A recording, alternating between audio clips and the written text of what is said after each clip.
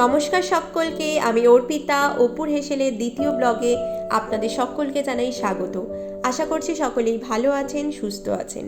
আজকের ব্লগে আমি দেখাবো ছানার কেক, যা একদিকে যেমন স্বাস্থ্যকর তেমন সুস্বাদু, আবার একইভাবে আমাদের প্রতিবেশী রাজ্য উড়িষ্যার একটি বিখ্যাত মিষ্টি, যা আমরা প্রায় সকলেই কম বেশি খেয়েছি। তো চলুন দেখে নেওয়া যাক। আমি এখানে নিয়েছি 1 লিটার দুধ।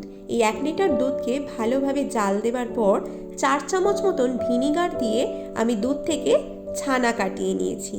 দুধ থেকে ছানা কাটিয়ে নেবার পর এই ছানাটাকে আমি ভালো করে ধুয়ে নিয়েছি, যাতে ছানার মধ্যে কোনো রকম টক ভাব না থাকে। আপনারা এখানে ভিনিগারের পরিবর্তে ছানা কাটানোর পাউডারও ব্যবহার করতে পারেন। এরপর আমি দিয়েছি 4 চামচ মতন মোটা দানার চিনি, এবং এই চিনিটা যতক্ষণ না পর্যন্ত ছানার সাথে ভালোভাবে মিশে যাচ্ছে ততক্ষণ পর্যন্ত আমরা ছানাটাকে মাখতে থাকবো।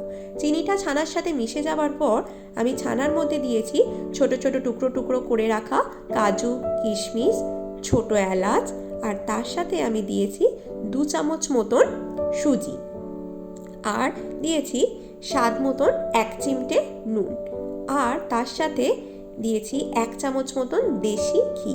এই সমস্ত উপকরণকে আমি ভালোভাবে আরও 1 মিনিট মিশিয়ে নেবার পর একটা টিফিন বক্সে বাটার পেপার দিয়ে বাটার পেপারে ঘি ব্রাশ করে আমি এই উপকরণটা দিয়ে স্প্যাচুলার সাহায্যে হালকা হাতে স্প্রেড করে দেবো, ছড়িয়ে দেবো বা স্প্রেড করে দেবো। দেবার পর আমি তার আগে থাকতেই গ্যাসের মধ্যে কড়াইতে স্ট্যান্ড দিয়ে 10 মিনিট মতন প্রিহিট করে নিয়েছিলাম।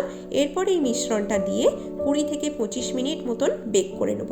দেখুন, ওপর থেকে সুন্দর একটা লাল কালার চলে এসছে। যেহেতু আমি এখানে কোনো রকম নুন বা বালি ছাড়াই বেক করেছি, সেজন্য আমি এখানে 20 থেকে 25 মিনিট বেক করেছি। আপনারা যদি কড়াইতে নুন বা বালি দিয়ে বেক করেন, সেক্ষেত্রে আপনারা টাইমটা একটু বাড়িয়ে দিতে পারেন।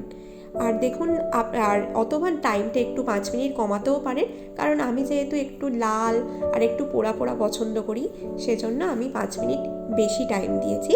আপনারা চাইলে হালকা সাদা অবস্থা থাকাকালীনও আপনারা বেকিং বন্ধ করে দিতে পারেন।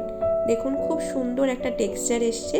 এখানে আমার কাছে অল্প পরিমাণে একটু কনডেন্স মিল্ক ছিল, তাই দিয়ে একটু সাজিয়ে নিয়েছি। এটা সম্পূর্ণভাবে আপনার ইচ্ছা।